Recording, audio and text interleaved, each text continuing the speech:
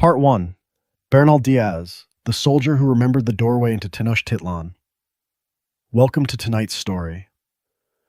If you are lying down, getting ready to sleep, you do not need to remember every name, every place, or every date. This story can be heard like a slow current of history. The sea behind us, forests and mountain roads ahead, cities resting on water, and an old soldier who, many years after everything happened, sat down to tell what he believed he had seen. Before we begin, the context of this episode needs to be clear. This is a historical story told for educational and documentary purposes. It mentions war, conquest, disease, coercion, and the collapse of a large society in central Mexico. But it is not told to glorify violence, promote hatred, turn indigenous people into background scenery for a European adventure, or use suffering for shock. Sensitive events will be placed in historical context, with a neutral voice, so we can understand why events unfolded, how people made choices, and how the consequences lasted long after the fighting ended. Our main source tonight is Historia Verdadera de la Conquista de la Nueva España, the true history of the conquest of New Spain, written by Bernal Diaz del Castillo. Bernal was a Spanish soldier who joined Hernan Cortes' expedition in 1519. He was not the highest commander. He was not the man whose name appeared on the letters sent to the king. He was not a priest. And he was not a scholar writing far away from the battlefield. He was a man inside the expedition, walking, keeping watch, going hungry, feeling fear, being wounded, seeing negotiations, gifts, cities, battles, deaths, and then, many decades later, writing those memories down in old age. But from the beginning, we should also remember this. Bernal was not an objective recording machine. He was a Spaniard of the 16th century, a participant in the conquest, a man with interests, religious beliefs, the assumptions of his age, and a personal frustration because he believed ordinary soldiers had been forgotten by history. He wrote partly to answer accounts that, in his view, gave too much glory to Cortes and pushed hundreds of soldiers and indigenous allies into the shadows. For that reason, Bernal's account is both precious and something we must listen to carefully. It gives us the breath of someone who was there, but not the whole truth of every side. What makes tonight's story distinct is this. It is not a voyage across an empty sea, but a voyage overland into the heart of another civilization. Here, the map is not only a matter of direction. The map is language, alliances, maize, fresh water, markets, causeways, canals, and trust. The Spaniards did not only ask, "Where do we go next?" They also had to ask, who is translating these words? Who is providing food? Who is truly an ally? And at what point can a city become either a shelter or a trap? So tonight's story will not chase the feeling of victory or defeat. It follows the feeling of being pulled into a network too large for any one person to control, an ordinary soldier seeing the beauty of Tenochtitlan, and then, many years later, seeing that same world break apart inside his memory. The main events of this episode took place between 1519 and 1521. This was the period when Cortes' expedition left Cuba, landed on the coast of Mexico, founded Veracruz, moved inland, formed alliances with indigenous groups that had strained relationships with Mexica power, reached Tenochtitlan, met Moctezuma II, often called Montezuma in English, and finally saw the city besieged and defeated. The names matter. Aztec is a familiar modern term, but in this story, the central power in Tenochtitlan is often more precisely called Mexica. The empire we commonly call Aztec was in fact a system of power made of alliances, tribute, trade, war, and city-states, with Tenochtitlan as one extremely important center. The Spaniards did not walk into an empty land. They entered a world that already had roads, markets, laws, diplomacy, religion, armies, political memory, enemies, and allies. One common mistake in telling this story is to speak as if a few hundred Spaniards defeated a vast empire by themselves. The reality is much more complicated. They had steel, guns, horses, and ships, but they were also few in number, far from their base, vulnerable to hunger and disease, and heavily dependent on information, translation, food, routes, and the forces of indigenous allies such as the Tlaxcalans and Totonacs. Without those alliances, the story almost certainly could not have unfolded as it did. So why begin this episode with a soldier like Bernal? Because he saw both the large things and the small things. He wrote about how the Spaniards found their way through maritime experience, sailing along the coast with pilots, compasses, the stars, and knowledge gathered from earlier voyages. He wrote about hungry days, about moments when the expedition had to find fresh water, maize, turkeys, beans, salt, bread, and times when it had to rely on indigenous markets to survive. He wrote about tension inside the Spanish expedition, between Cortes and the governor of Cuba, Diego Velázquez, between men who wanted to return and men who wanted to go on, between the desire for gold and the fear of being trapped in a land far from home.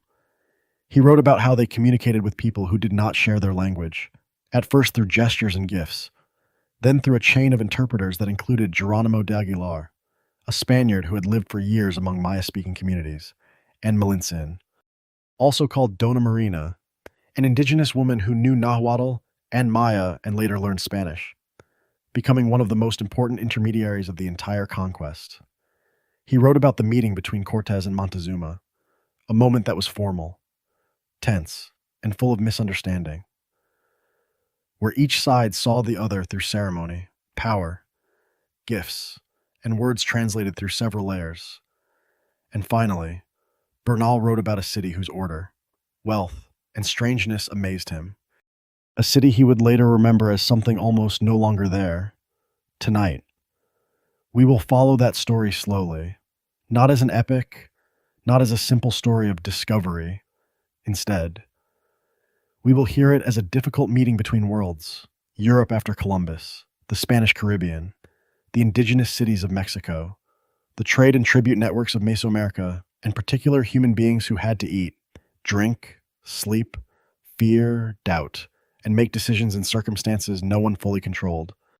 And to begin, we need to go back before the day Cortes met Montezuma, before the city on the lake, before the bridges, before the great markets, before the stone walls and the canoes on the water. There is a simpler question. Why did the Spaniards come to the coast of Mexico in the first place? Part 2. From Cuba to Mexico. What drove Cortes inland? To understand Cortes's expedition in 1519, we have to place it after Columbus's first voyage in 1492 and after nearly 3 decades of Spanish expansion in the Caribbean. When Bernal Diaz was young, his world had already changed because the Atlantic was no longer a completely unknown edge of the map. Islands such as Hispaniola, Cuba, and Puerto Rico had become Spanish colonial bases. There were new towns, churches, officials, estates, forced labor, dwindling gold, growing ambition, and a class of young or not especially wealthy Spaniards looking for opportunity. Many men like Bernal were not great nobles. They did not have large lands at home. They crossed the sea hoping to change their lives, to serve the king, to serve the faith as they understood it, to find gold, gain status, receive land, receive labor, and have a story that proved their merit. This was a very ordinary motive, and also a dangerous one. When people believe wealth and honor lie somewhere beyond the horizon, they can accept great risks, and sometimes bring disaster to the societies they enter. Before Cortes, there had already been exploratory voyages along the coast of Yucatan and the Gulf of Mexico. In 1517, Francisco Hernández de Córdoba led an expedition from Cuba to Yucatan. Bernal was there. It was not an easy voyage. They encountered organized communities, villages, warriors, and the Spaniards quickly understood that these were not small islands they could control as easily as they had imagined. In 1518, Juan de Grijalva led another expedition along the coast. This voyage brought back more tempting news. There were richer lands, gold objects, cities, and political networks deep in the interior.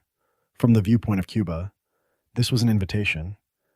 If there was a larger, wealthier world to the west, and if it could be brought into Spain's sphere of influence. Whoever went first had a chance to be remembered. The governor of Cuba, Diego Velázquez, wanted to control that opportunity. Hernan Cortes, an ambitious man, was assigned to prepare the expedition, but he quickly became someone Velázquez no longer fully trusted. That tension was the first seed of many later conflicts. Just before the expedition left Cuba, Velázquez tried to withdraw Cortes' authority, but Cortes hurriedly sailed away from the beginning. Then, this was not only a voyage across the sea, it was also a legal and political dispute among Spaniards. Cortes' expedition left Cuba in early 1519 with more than 10 ships, several hundred Spaniards, sailors, soldiers, craftsmen, enslaved people and servants, horses, war dogs, small cannon, arquebuses, crossbows, swords, armor, trade goods, crosses, flags, and a great deal of expectation. Compared with large armies, the numbers were small, compared with a simple scouting trip. They were substantial. They carried European military technology, but they also carried the fragility of people traveling far from home. Food was limited. Fresh water was limited. Ships could break. Disease could spread. And everything required resupply. At sea, they found their direction through the experience of pilots such as Anton de Alaminos, who had taken part in earlier voyages and knew something of currents, winds, coastlines, and possible anchorages. They used the compass to hold a course, watched the stars when weather allowed, and used the hard experience of seafaring to estimate speed, distance, currents, and depth. But the important point is that they were not sailing straight into a completely unknown ocean as Columbus had done in 1492. They followed routes that had already been partly explored from Cuba toward Yucatan and the Gulf Coast. Their navigation was a blend of tools: memory, rumor, sailor's experience, and information gathered from the voyages immediately before theirs. Life aboard ship in the early stage was not very different from other Spanish voyages in the Caribbean. Food included ship's biscuit, salted meat, salted fish, beans, oil, wine, vinegar, and whatever could be bought or taken at stopping points. Fresh water was stored in wooden casks. When they were still near islands and coastlines, water could be replenished from springs, rivers, or through exchange with local communities. But casked water spoiled easily. It could smell, hold sediment, and taste of wood and thyme on crowded ships. Heat, salt, insects, and poor sanitation made intestinal illness, fever, infection, and exhaustion constant threats. Soldiers like Bernal did not live inside a bright painting of adventure. They lived among the smell of damp rope, sweat, creaking wood, waves, shouted orders, and stories about gold. When the expedition reached Cozumel off the coast of Yucatan, an important detail appeared. They found Geronimo de Aguilar, a Spaniard who had survived a shipwreck years earlier and had lived among Maya-speaking people. Aguilar knew Maya. From Cortes's point of view, this was an unexpected gift. In a world without a shared dictionary, a person who knew a local language could be as valuable as a weapon. Aguilar could not solve everything, because the Mexica of central Mexico spoke Nahuatl, not Maya, but he opened the first step in a system of translation. A little later, in the Tabasco region, the expedition received or took indigenous women after a conflict. Among them was Malintzin, whom the Spaniards called Donna Marina. She knew Nahuatl and Maya. When Malintzin spoke Nahuatl with local people, she could translate into Maya for Aguilar, and Aguilar could translate into Spanish for Cortes. Later, Malintzin learned Spanish and became a more direct bridge. This answers a very natural question. How did they communicate when they did not share language? The answer is, with difficulty, through many layers, through interpreters, gestures, gifts, ceremonies, misunderstandings, and intermediaries who occupied a very special position. Without Malintzin, without Aguilar, without indigenous messengers and interpreters, the conquest of Mexico could not have happened in the way we know it. Language here was not merely speech, it was power. Part 3, Veracruz, 1519. When the way back was cut off, and the expedition had to go on after the first stops, Cortes' expedition moved along the coast toward the region of present-day Veracruz. Here, the story shifted from exploration to occupation. The Spaniards needed a coastal base where they could anchor ships, resupply, make repairs, communicate, and create legal justification for their actions. But Cortes needed something else as well. A way to escape the direct authority of Diego Velázquez in Cuba. The way he did it was to found a new town, Villa Rica de la Veracruz, and have the town council grant him authority directly in the name of the Spanish king. To modern ears, this sounds like a legal maneuver, and that is exactly what it was. It allowed Cortes to claim that he was no longer merely the man sent by Velázquez, but a servant of the crown itself, in a world where documents, formal titles, and loyalty to the king mattered deeply. This move helped Cortes turn an expedition that could be seen as disobedient into a project that appeared more legitimate, but legitimacy on paper did not mean the men were calm. Many in the expedition were not sure they wanted to go deep into the interior. They had heard of a powerful empire, a great ruler, densely populated cities, and military forces that would not be easy to overcome. Gold was tempting. But the road back to Cuba was tempting too, especially for anyone who thought Cortes was leading them into a wager too large to survive. In that setting, one famous detail appears. Cortes made the ships unable to carry the expedition back. Popular retellings often say he burned the ships. A more careful version is that the ships were dismantled, scuttled, or otherwise disabled so they could no longer serve as an escape route. Whatever the exact form, the psychological meaning was clear. There was no longer an easy option of returning to Cuba. Men could object, fear, resent it, but if they wanted to live, they had to go on together. For Bernal, this was a decisive act by Cortes. For others, it may have felt like coercion. Both things can be true. A leader in crisis can create discipline by cutting off retreat, but that very act also shows how dangerous the whole project had become. Veracruz was also where the Spaniards began to understand that they were entering a complex political network. The Totonacs of Chempuala and nearby areas had strained relations with Mexican power, especially over tribute. When they met the Spaniards, they were not simply meeting strangers from the sea. They saw an outside force that might be used in local calculations. This is extremely important. Indigenous groups were not simply passive victims or naive allies. They had their own goals, memories, grievances, and ability to place the Spaniards on their own political board. A Totonac leader might look at Cortes and think, these people are dangerous, but they may help reduce pressure from Tenochtitlan. Cortes might look at the Totonacs and think, if indigenous people are willing to oppose the Mexica, I have a path inland. The two sides cooperated not because they understood one another completely, but because their immediate interests overlapped. In these contexts, Malintzin and Aguilar became central.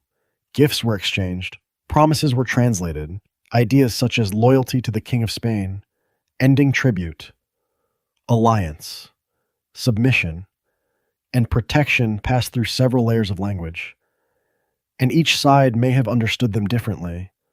In terms of survival, the coastal stage was both easier and harder than a long ocean crossing. They could take water from rivers and streams, dig temporary wells, trade for food, and use local markets. But the hot, humid climate, insects, unfamiliar foods, and the need to feed horses complicated everything. Horses were a major psychological and military advantage because many indigenous people had never seen them before, but horses also ate a great deal, needed care, were easily injured, and were not suited to every landscape. The Spaniards had to find maize, fodder, water, and resting places for them. The soldiers themselves ate hard biscuit and salted meat while they still had it. But they soon relied on maize, tortillas, beans, chili, turkeys, fish, fruit, cacao, and other local foods. They could buy, trade, receive food from allies, or take it through pressure and force. Each meal was therefore not only a matter of filling the stomach, it reflected a relationship of power. Who supplied whom? Who could refuse? Who was forced to give? Who was protected? And who was threatened? Veracruz also reveals tension within the expedition, some men loyal to Velázquez, or simply eager to go back, plotted to seize a ship or send word to Cuba. Cortes handled this through strict discipline, persuasion, rewards, punishments, and by tying everyone's interest to the common goal, he promised that those who went on would share in glory and wealth. But that promise always lived beside fear. If they failed, they would not only lose gold, they might lose their lives. Bernal wrote with a certain admiration for Cortes. But through his pages, we can still feel that this group was never fully united.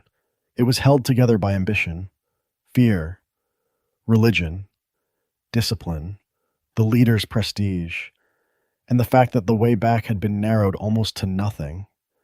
Ahead of them lay the road up to the central Mexican highlands, where Mexica power was already watching the strangers from the sea move inland. Part 4. Without a shared language.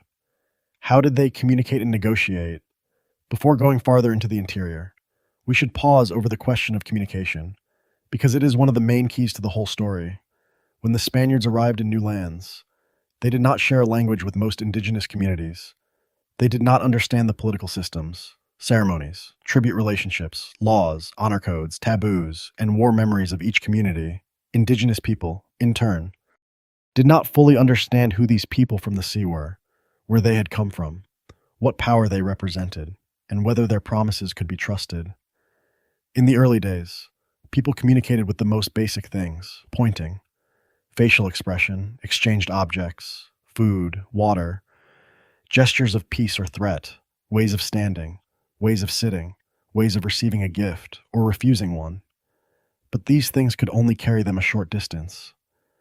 To make alliances, demand tribute, negotiate passage, ask about enemies, or send messages to Montezuma, they needed more. They needed interpreters. Geronimo de Aguilar was the first link. He was a Spaniard who had survived a shipwreck and lived for years among Maya-speaking communities. Because of that, he could help Cortes communicate with people who spoke Maya. But when the expedition moved toward Nahuatl-speaking regions, Aguilar was not enough. Malintzin became the second link, and gradually, she became irreplaceable. She was born into a complex indigenous world and had likely lived through events that moved her from a Nahuatl-speaking region into a Maya-speaking region. That painful personal history made her multilingual. The Spaniards called her Dona Marina after she was baptized as a Christian, in modern Mexican memory. Malintzin is a deeply complicated figure, at times treated as a symbol of betrayal, at times reconsidered as a woman placed in a coercive situation who survived through intelligence, and at times understood as an early cultural mediator in a painful new world. For a neutral historical script, the important thing is not to simplify her into either the traitor or the woman who saved Cortes. She was a human being in a profoundly unequal situation, but she also had real agency. She listened, understood, chose words, adjusted tone, recognized danger, and probably influenced the expedition's decisions many times. Imagine a diplomatic meeting at the time. An indigenous envoy speaks in Nahuatl. Malintzin listens and translates into Maya. Aguilar hears the Maya and translates into Spanish. Cortes answers in Spanish. Aguilar turns that into Maya. Malintzin turns it into Nahuatl. Each step in translation is a narrow doorway. Words can lose meaning, gain meaning, soften, harden, or be understood through a different cultural frame. When Cortes speaks of the King of Spain, the listener may understand this as a distant great ruler. When an envoy speaks of Montezuma, the Spaniards may understand him as a king in the European sense. Even though Mexica power operated within a different system, when the Spaniards speak of faith, indigenous listeners may hear a political demand. When indigenous people give gifts, the Spaniards may read it as a sign of submission, while the givers may see it as a diplomatic ritual meant to manage dangerous strangers. Misunderstandings, then, were not small mistakes. They were part of the structure of the encounter. Language also determined survival. To cross the mountains, they needed to ask for directions. To know which cities were hostile, they needed people who could speak. To obtain water, they needed to negotiate with local villages. To buy maize, turkeys, salt, quilted cotton armor, sandals, or porters, they needed exchange. To avoid ambush, they needed intelligence. On the road, the Spaniards could not live by steel alone. A sword could not point out which path had a spring. A gun could not tell them whether they should camp at the foot of a hill that night. A horse could not explain why an indigenous city had hated Tenochtitlan for generations. Interpreters, guides, messengers, porters, allied leaders, and indigenous networks that existed long before the Spaniards arrived made Cortes's movement possible. This makes the story less like the myth of Europeans winning because of technology and closer to actual history. Success and failure depended on alliances, disease, politics, terrain, information, logistics, and the breaking of trust. Bernal Diaz. though he writes from the Spanish side, gives us many moments that show Malintzin's value. He often mentions her when important conversations occur, but he does not write from her point of view. He does not give us Malintzin's inner life. He does not tell us what she feared, what she wanted, what she regretted, or what she thought as she watched two worlds push each other toward war. So when we tell this story for modern listeners, we need to leave a respectful silence around what the source does not say. History is not only what was written down, it is also the voices that were lost, filtered through others, or forced to appear under the names given by the victors. Malintzin stood between language and power. She helped the Spaniards understand indigenous people, but she also helped indigenous people understand the Spaniards. She was a bridge, and that bridge did not stand over a calm river.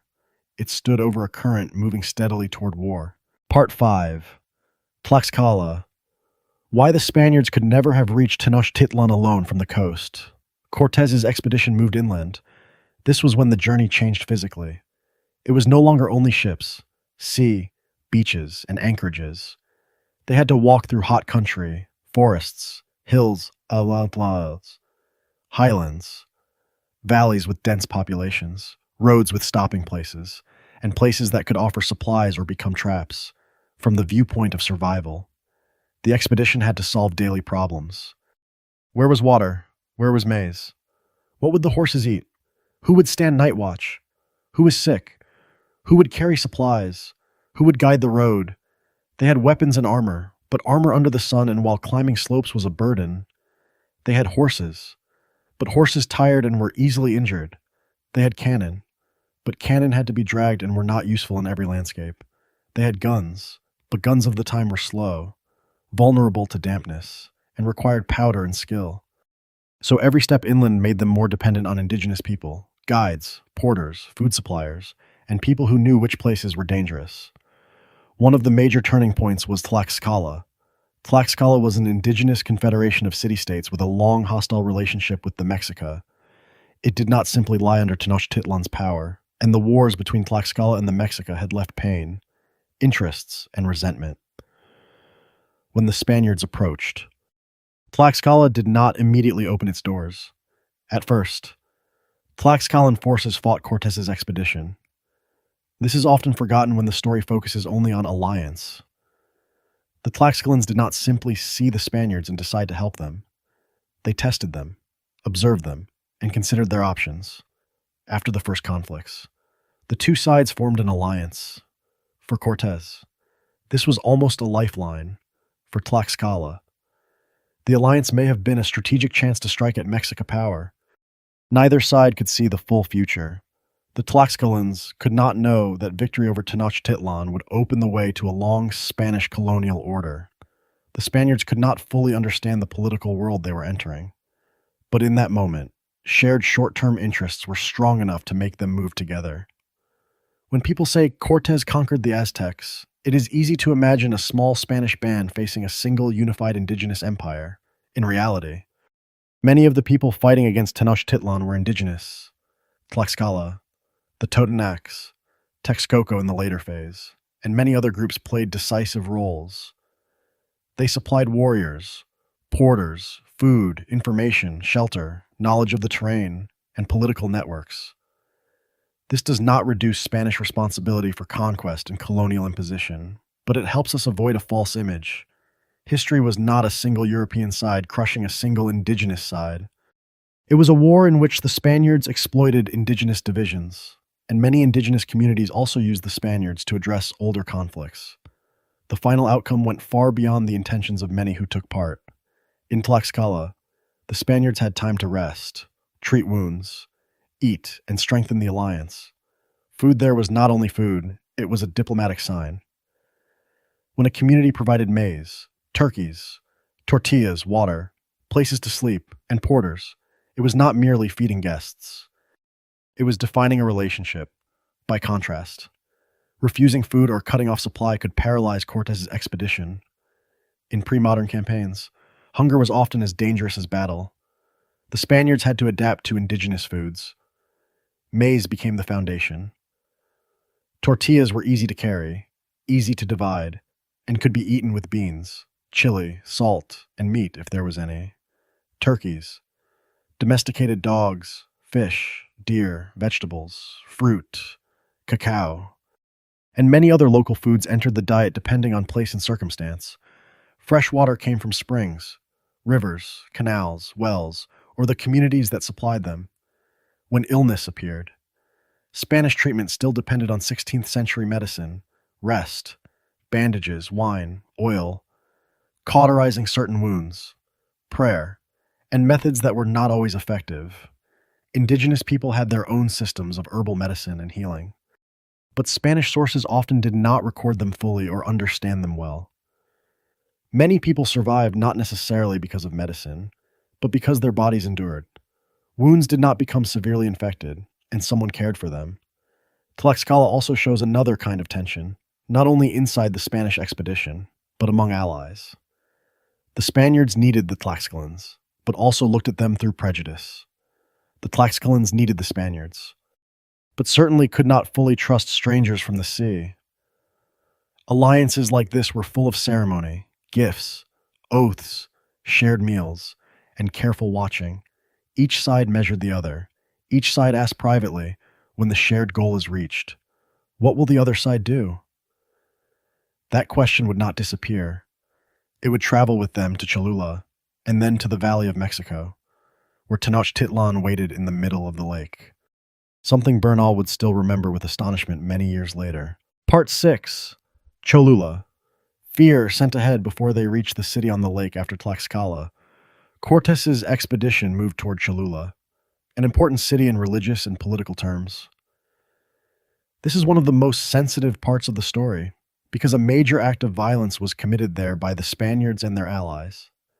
To remain faithful to a documentary and EDSA approach, we do not need graphic detail. What matters is context, the recognition that sources can be biased, and avoiding turning violence into entertainment.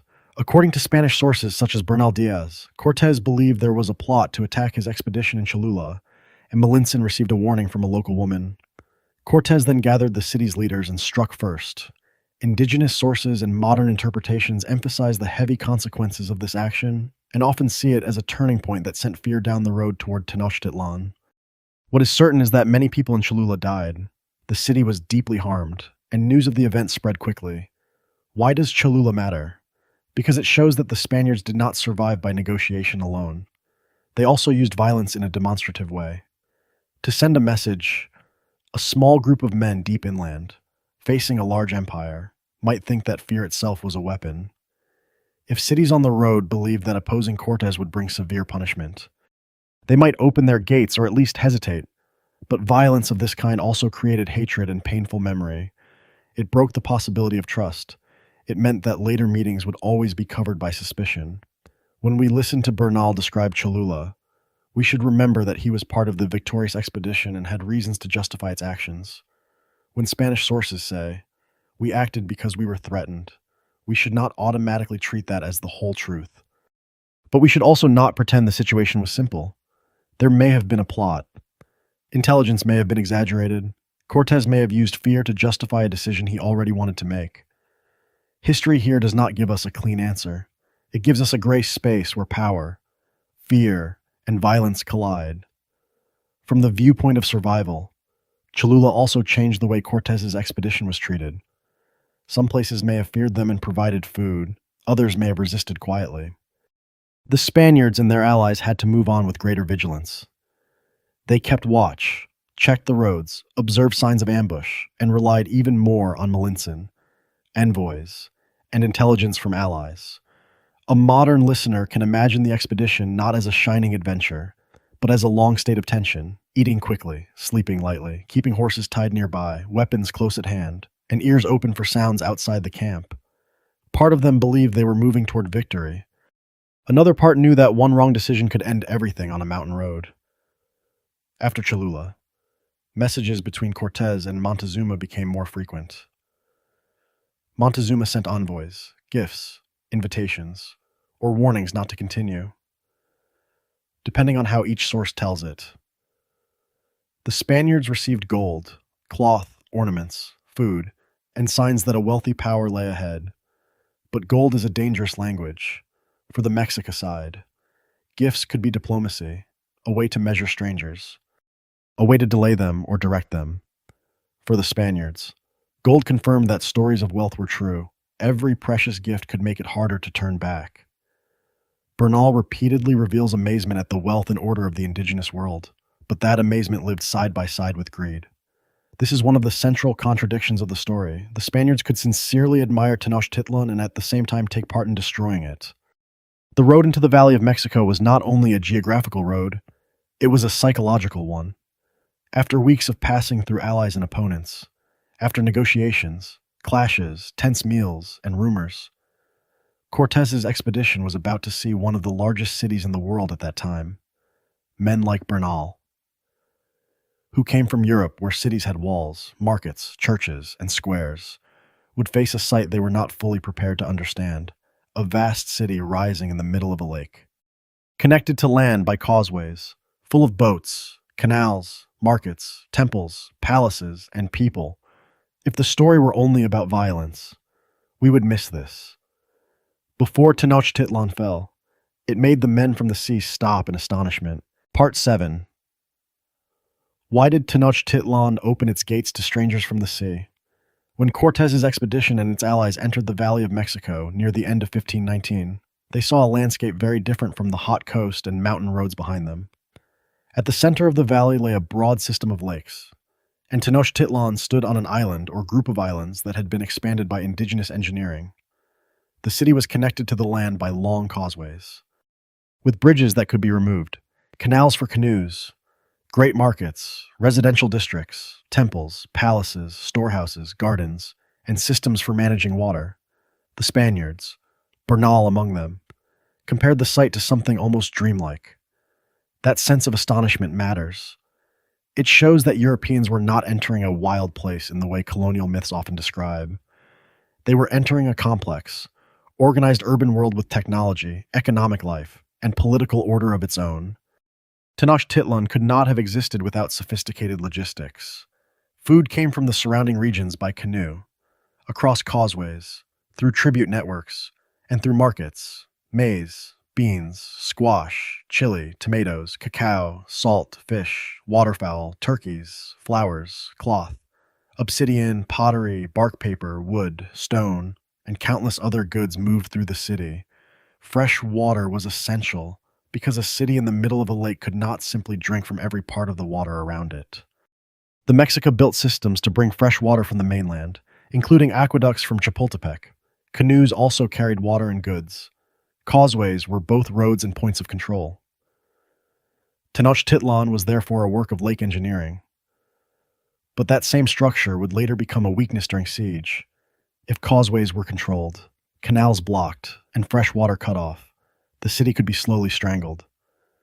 When the Spaniards entered the city, they did not enter an empty space. They passed through ceremonies of welcome, through the eyes of thousands of people, across bridges and causeways where every step could become either an exit route or a trap. How did the people of Tenochtitlan see them? Spanish sources cannot fully answer that. Perhaps with curiosity, fear, contempt, anxiety, anger, or as dangerous diplomatic guests. A long-running popular story says that the Mexica thought Cortes was a god. Modern scholarship is much more cautious. Prophecies and divine imagery in later sources may have been reinterpreted after defeat. Religious ideas and unusual signs certainly shaped how people understood events, but simply saying that they thought Cortes was a god and surrendered makes the history poorer. Montezuma and Mexica leaders were not naive. They were facing an unfamiliar force with indigenous allies, strange weapons, unclear motives, and a route that had passed through regions already tense with Mexica power. Welcoming them may have been a way to control them. Inviting them into the city may have been a way to observe them. Giving gifts may have been a way to bind, delay, or direct them. Every ceremony had more than one possible meaning. November 8th, 1519, is commonly treated as the day Cortes met Montezuma. Imagine the scene slowly. The causeway leads into the city. Water lies on both sides. Canoes move across the lake. The Spaniards wear armor. Some ride horses, and indigenous allies accompany them. Montezuma appears with his retinue, within the formal ceremony of a ruler at the center of a great power. The two sides exchange greetings through interpreters. There may be necklaces, flowers, cloth, gifts, gestures of respect, and ritual limits outsiders do not fully understand. Cortes sees a monarch according to his own frame of reference. Montezuma sees a foreign leader entering his political world. Malintzin stands at the center of speech. Aguilar may still have been part of the translation chain at this stage. The words that move back and forth do not simply carry information. They carry the weight of two worlds. Bernal, many years later, remembered this meeting as a great moment, but if we listen carefully, that greatness is full of instability. The Spaniards were brought to live in the former palace of Tlaxcala. They received food, shelter, and gifts. But they were also inside a city where every exit could be blocked. They saw the market of Tlatelolco, crowded, ordered, and rich with goods. They saw temples, ceremonies, and practices that they found both fascinating and frightening through their Catholic beliefs. They saw gold, precious stones, fine cloth, gardens, storehouses, rooms, attendants, and messengers. And they understood that if relations turned bad, they were only a small group inside a vast city. In those first days, Tenochtitlan was both a wonder and a closed box. Part 8. Inside Tenochtitlan, fed as guests, yet afraid of being trapped. The days the Spaniards spent inside Tenochtitlan are especially revealing if we want to understand survival in history. They were not hungry in the way sailors were hungry in the middle of the ocean. They were given food, shelter, water, access to the market, and gifts. But they were not truly free. They lived on the conditional hospitality of a power they did not fully understand. Food might include maize tortillas, beans, chili, turkeys, fish, vegetables, fruit, cacao, and other local dishes. Fresh water came through the city's water systems or was brought in. In a lake city, every vessel of clean water represented engineering and labor. The Spaniards may have been amazed by the regularity of supply, but they also understood that if the hosts cut it off, danger would arrive quickly. Tenochtitlan had a great market at Tlatelolco, where Bernal and others saw such a variety of goods that they compared it to the great markets of Europe. The market did not sell only food. It was a place where information moved, and where power could be felt through order. Taxes, control, rules, and specialization. There were areas for food, cloth, pottery, obsidian tools, medicines, herbs, flowers, salt, fish, birds, hides, paper, cacao. For a listener late at night, imagine the low sound of a market on the water, paddles touching the lake, sellers calling to one another, the smell of warm maize, chili, flowers, smoke, footsteps on stone, and interpreters murmuring beside men in armor. But beneath those sounds lay tension. The Spaniards had not come only to buy. They had come with questions about power. Cortes began to worry that staying too long inside the city would turn him from guest into hostage. News from the coast made the situation more serious. Some Spaniards near Veracruz had clashed with forces connected to the Mexica, and some had died. Cortes used this as a reason to seize Montezuma, or at least to place him under Spanish control within the Spaniards' quarters. This was a major turning point and not easy to explain in a simple way. From Cortes's side, it could be presented as self-defense. From the Mexica side, it was an insult and direct interference in their authority. Politically, a group of foreign guests controlling the ruler of the city was almost impossible to sustain. For a time, Montezuma continued to appear, issue orders, meet people, and maintain the outward form of power. But power under supervision is no longer the same power. The people of Tenochtitlan must have felt that something had gone wrong. During this period, tensions among the Spaniards did not disappear. Some were afraid. Some wanted to take gold and leave. Some remained loyal to Cortes because they believed he could lead them to a great reward. Some did not trust him. Gold in the palace, gifts, and treasure increased greed, but also increased danger. The more they took, the harder it was to flee. The longer they stayed, the easier it became to surround them. Bernal writes about moments of amazement and pride, but behind his account is a plain human truth. They slept in a city where thousands of people lived around them, where every bridge could be removed, every causeway blocked, and every person bringing food could also be carrying news. Illness and wounds were also part of the story. During the first months in Tenochtitlan, earlier wounds needed to heal. The Spaniards could use cloth bandages, oil, fat, wine, and the medical methods familiar to them. Indigenous people had deep knowledge of medicinal plants, but Spanish sources do not always record that knowledge fairly. With mild illness, rest and fresh food could help. With serious infection, fever, or deep injury, the chances of survival fell quickly. At that time, no one understood bacteria or viruses in the modern sense. People explained sickness through climate, bodily balance, the will of God, omens, or their own indigenous medical systems. This matters because before long, a disease from outside would change the balance of power, smallpox. But before disease entered the story as an invisible force, another threat came from the sea. Diego Velázquez in Cuba did not simply watch Cortes claim glory for himself. He sent Panfilo de Narvaez to arrest Cortes and take command. For Cortes, this was a crisis. If he stayed in Tenochtitlan, he might lose authority to another Spaniard.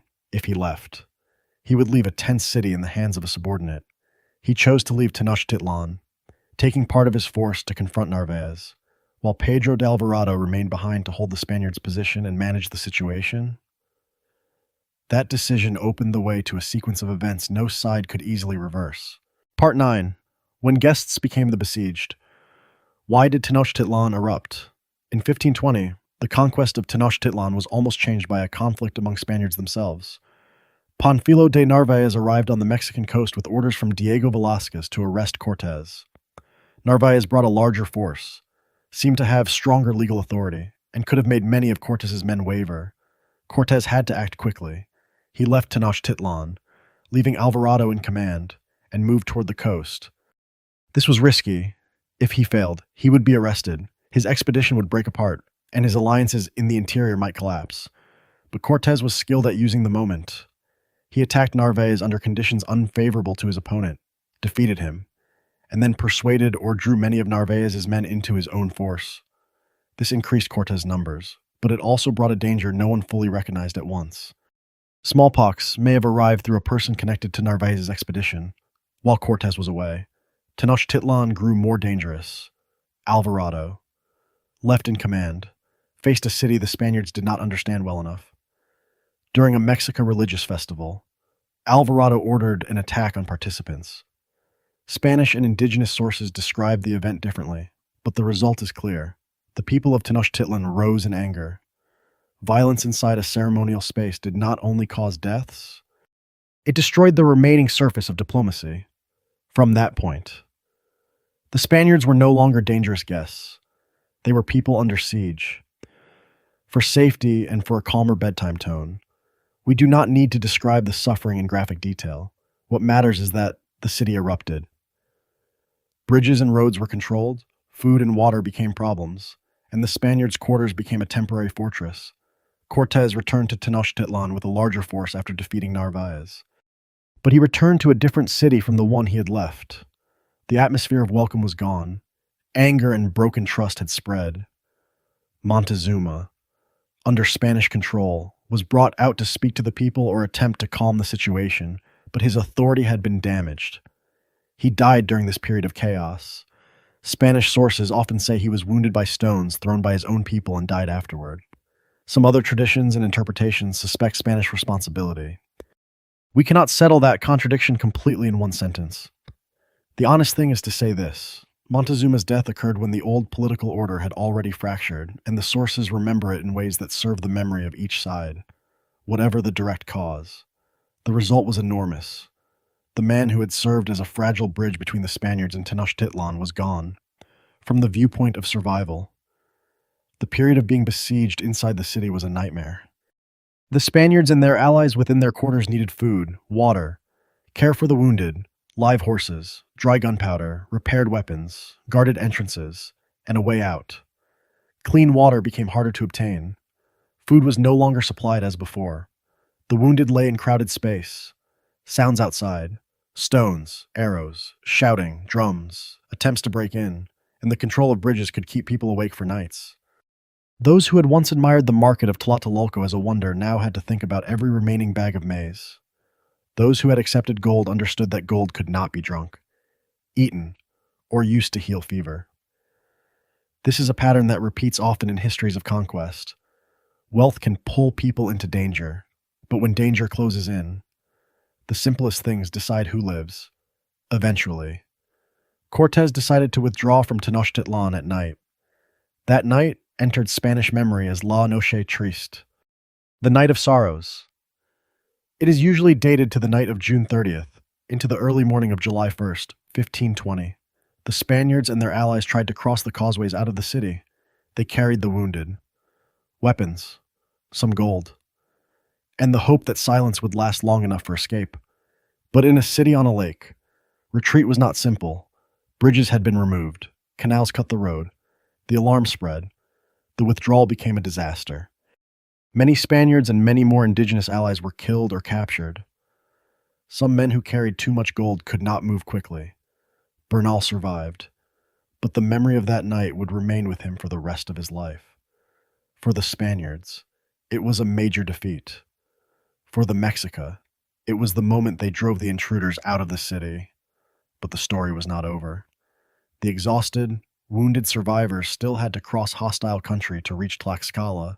Part 10. After the Night of Sorrows. Why could the survivors still return? After La Noche Triste, Cortes' expedition no longer looked as confident as it had when it entered Tenochtitlan. They had lost men, horses, weapons, treasure, and the feeling of being unstoppable. The survivors had to leave the valley while pursued, hungry, exhausted, and wounded. This is a stretch of road that grand narratives often shorten, but for listeners interested in survival, it is worth pausing over. When a defeated force retreats, the danger is not only the enemy, it is torn feet, infected wounds, thirst, sleeplessness, broken morale, not enough people to carry supplies, not enough bandages, not enough food, and small decisions, continue or rest. Abandon someone or help them. Keep a horse or kill it for meat. Keep gold or throw it away. Choose which road might avoid ambush. The Spaniards had no modern medicine. A wound from an arrow, stone, spear, or a fall into water could become dangerous if it was dirty, if it was not cleaned. If the wounded person developed fever, they could bind wounds with cloth, use oil or wine, try to remove fragments, pray, and rely on battlefield experience. But many things were beyond control. Tlaxcalan allies and other indigenous groups traveling with them also suffered heavily. This must be stressed. When Spanish sources speak of our losses, they often place Spaniards at the center and blur the large number of indigenous allies who died, were wounded, or lost relatives in the same campaign. A fairer script must remember that they were not background figures. They were main forces in many stages, and they paid a real price, on the road of retreat. Cortes' expedition faced the Battle of Otumba in July 1520, according to Spanish accounts. It was a life-or-death moment when Mexican forces and their allies blocked the retreat. Cortes and his men escaped and continued toward Tlaxcala. We do not need to magnify the combat details here. The important point is that after the defeat in Tenochtitlan, simply reaching Tlaxcala was the result of luck, discipline, alliance, and endurance. When they arrived, they were not victors returning home. They were survivors who needed healing and needed their allies to accept them again. The Tlaxcalans now faced a major choice. They could abandon Cortes, because the Spaniards had just suffered a severe defeat, or they could continue the alliance, because the chance to defeat Tenochtitlan still existed. They chose to continue, and that choice shaped the final phase of the war.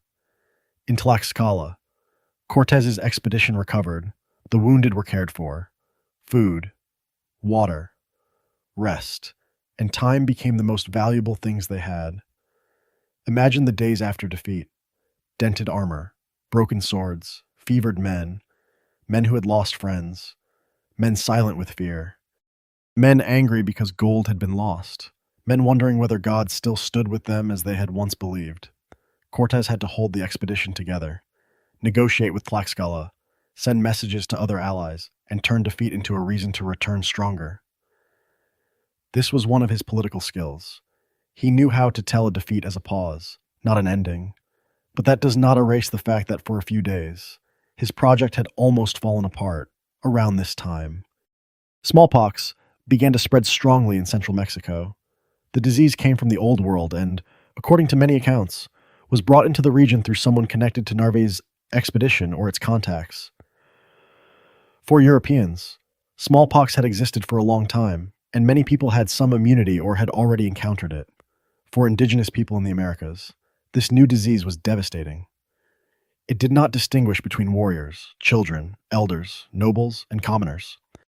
It brought fever, exhaustion, and death to many. Again, we do not need to describe the illness in a disturbing visual way. What matters is that disease shook society from within. It killed people, disrupted food supply, reduced the ability to fight, killed leaders, overwhelmed families, and created a sense that the world was being punished by something invisible. Quitlahuac, Montezuma's successor during the resistance, is said to have died of smallpox. When Tenochtitlan faced a new attack, it was not facing only the Spaniards and their allies. It was also facing a disease whose nature no one truly understood. From here, the war entered a different stage. Cortes no longer aimed only to step into Tenochtitlan. He planned to besiege it, and to besiege a city on a lake. He had to control the water. Part 11, the Siege of 1521, when Causeways, Canals, and allies decided the outcome. After recovering in Tlaxcala, Cortes prepared to return to the Valley of Mexico. This time, he did not intend to enter Tenochtitlan as a diplomatic guest. He intended to fight a siege. This stage shows just how important logistics were. Tenochtitlan was a city on a lake, connected to land by causeways and sustained by canoes, canals, markets, tribute, and fresh water. To take the city, fighting on land alone would not be enough. Cortes ordered brigantines, small warboats, to be built in sections, transported, assembled, and launched on Lake Texcoco. Wood, iron, rope, sails, nails, craftsmen, and human labor all had to be mobilized.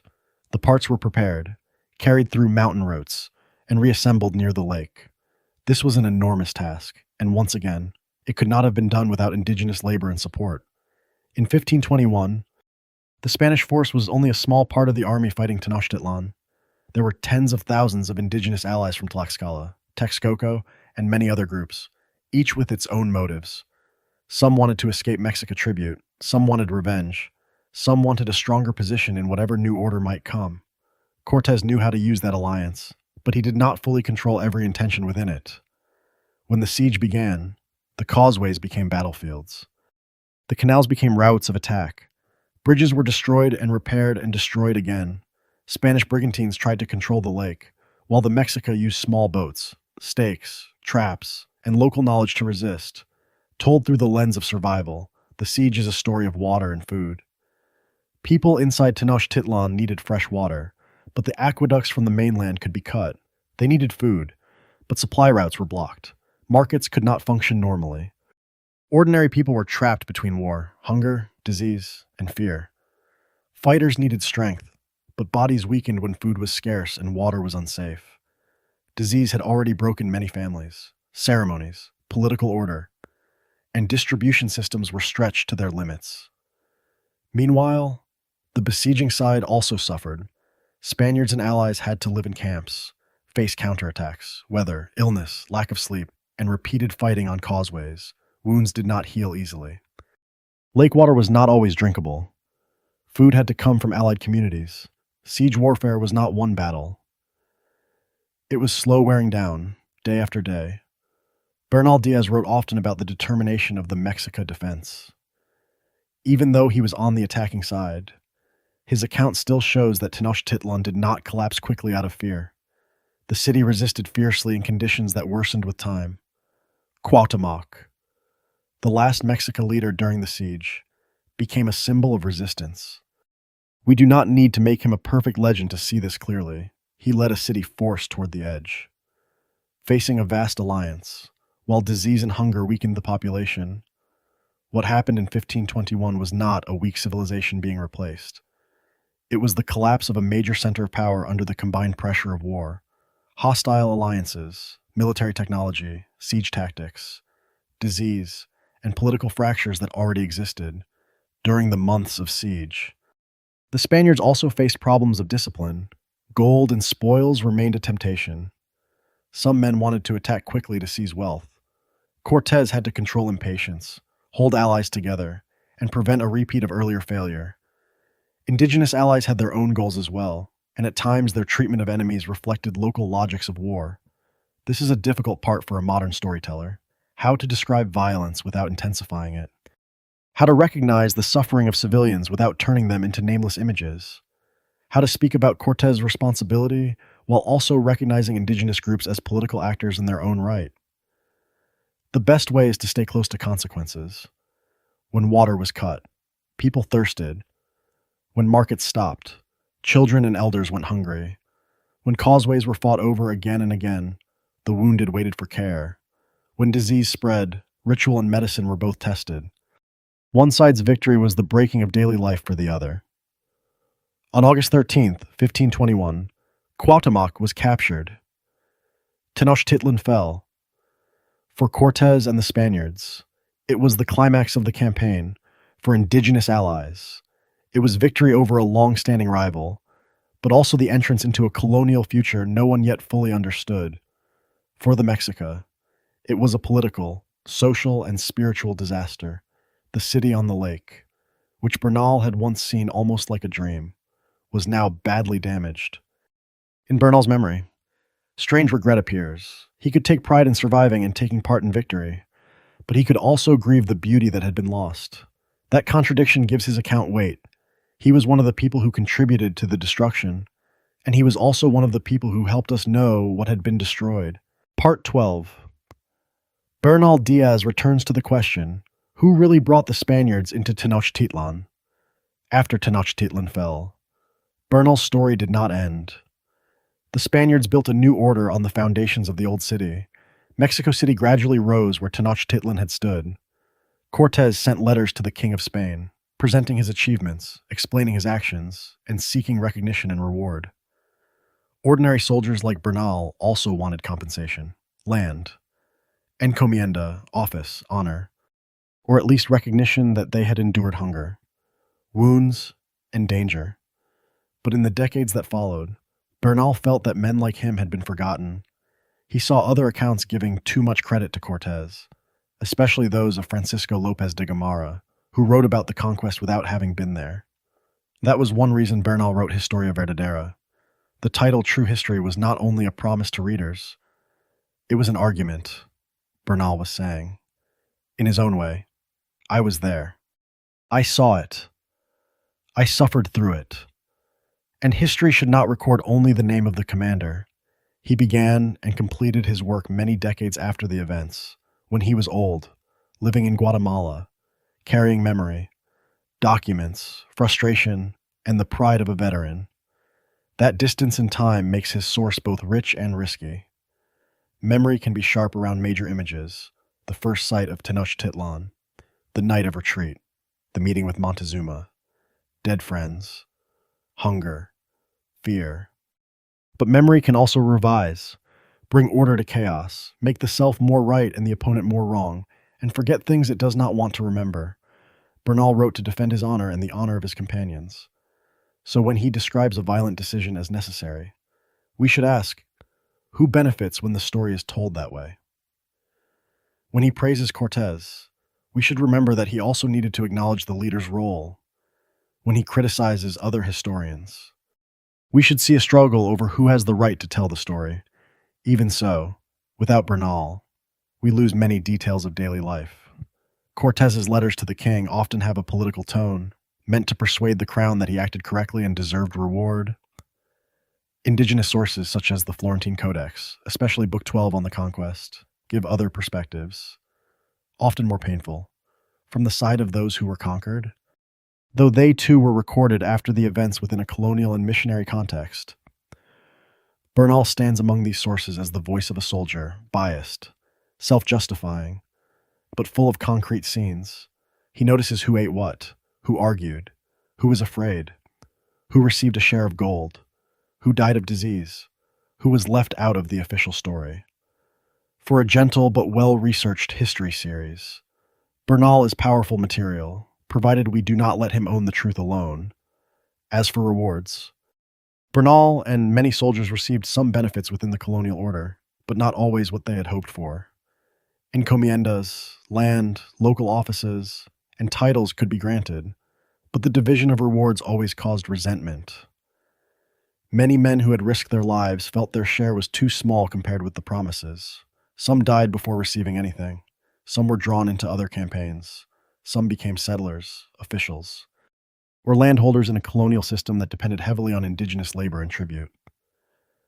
Bernal later held a position in Guatemala and continued to seek recognition for his service. This shows an unromantic truth. Those who took part in conquest did not want only glory. They wanted documents, money, land, labor, rank, and a name. When they did not receive what they expected, they wrote petitions, memoirs, arguments, and tried to secure a place in history. From the indigenous side, reward and outcome were much more complicated. Tlaxcala, as an important ally, received certain privileges under Spanish rule, at least for a time and on paper. Some indigenous communities used their alliance with the Spaniards to strengthen their position against old rivals. But in the long run, the colonial order profoundly changed power, land, labor, religion, and population. Indigenous allies did not simply win in the modern sense, they won a specific war, and then had to live in a world increasingly shaped by Spain. This is one of history's painful paradoxes. A reasonable short-term choice can open consequences that the people making the choice could not have foreseen. The conquest of Tenochtitlan was not only a Mexican event, it was one of the major turning points of the early modern world. After 1521, Spain built New Spain, a vast colony in the Americas. Mexico City became an administrative, religious, commercial, and cultural center of the Spanish Empire in the New World. From there, routes connecting the Atlantic and Pacific gradually developed. Silver from Mexico, and later from Potosi, flowed into global trade networks, passing through Europe, Asia, and the colonies. Spanish, Catholicism, Iberian law, social hierarchy, forced labor, colonial cities, and transoceanic commerce shaped Latin America for centuries. When we look at modern Mexico, we see a country where deep indigenous history, Spanish colonial history, and modern national history are woven together. Tenochtitlan did not vanish completely. It remains beneath and within Mexico City, in place names, archaeology, memory, food, language, symbols, and debates over identity. The largest and most painful impact was demographic. After Europeans arrived, indigenous populations in many parts of the Americas declined severely because of war, forced labor, social disruption, and especially old world diseases such as smallpox, measles, and influenza, diseases to which indigenous people had no prior immunity. Exact numbers remain debated by historians, but the broad pattern cannot be denied. The population collapse was a catastrophe. When we hear the story of Cortes and Moctezuma, we should not look only at a few years of war. We have to look at generations afterward, families losing people, villages losing labor, old tribute systems replaced by colonial ones, land changing hands, religion being forced to change or blend, indigenous languages being pushed down but not erased. Many indigenous communities survived, adapted, resisted, negotiated, and preserved memory across centuries. So the story does not end with simple replacement. It continues in forms of mixture, injury, and endurance. Globally, the fall of Tenochtitlan helped Spain become a major American empire. It provided a foundation for later conquests, missionary activity, mining, and commercial systems connecting the Americas with Europe and Asia, things we now take for granted, such as the global flow of silver, the exchange of crops between the Old World and the New World, the spread of Spanish in the Americas, and the formation of mestizo societies, are all connected to this expansion, but it should not be called progress in a one-way sense. It was a process that helped create the modern world through both connection and violence, exchange and coercion, cultural creativity and losses that cannot be repaired. A neutral voice does not mean an unfeeling voice. Neutrality means not turning any side into a simple monster or a spotless hero, while still seeing clearly the consequences of power. For YouTube and for an audience listening before sleep, it is important to tell this story without waking the listener through agitation. We can speak about conquest without coloring the story with blood. We can speak about violence without describing painful details. We can speak about the Spaniards as real human beings, ambitious, fearful, brave, cruel, contradictory. We can speak about the Mexica and other indigenous communities as real human beings too, political, intelligent, strategic, wounded, resistant, able to choose, and able to survive. We can speak about Bernal as a valuable witness without making him the only voice. And we can let the story settle through quieter images. Lake Texcoco under mist, canoes carrying maize, a morning market, an interpreter standing between two groups of people, an old soldier in Guatemala many years later trying to remember the city he once saw as if in a dream. If there is one large lesson in this episode, perhaps it is that history does not move in a straight line. Cortes did not win because of steel alone. Montezuma did not lose because of superstition alone. The Tlaxcalans were not merely assistants. Malintzin was not merely a name beside Cortes. Bernal was not simply a truthful narrator, but he was not worthless either. Tenochtitlan was not merely a conquered city. It was a living world that existed, resisted, was transformed, and still echoes in the present. When we listen to this story at night, what is worth holding on to is not the feeling of one side's victory, but caution before encounters between worlds that do not understand each other. Many tragedies begin not only from greed, but from the belief that one has understood others well enough to rule them. Now, as the story comes toward its end, return to the first image, an old soldier writing down memory. Bernal Diaz did not write to put anyone to sleep. He wrote to argue, to claim credit, to correct what he thought was wrong, to place himself and his companions inside history. But centuries later, his account can be heard differently, not as a declaration of victory, but as a window into the disorder of 1519, 1520, and 1521.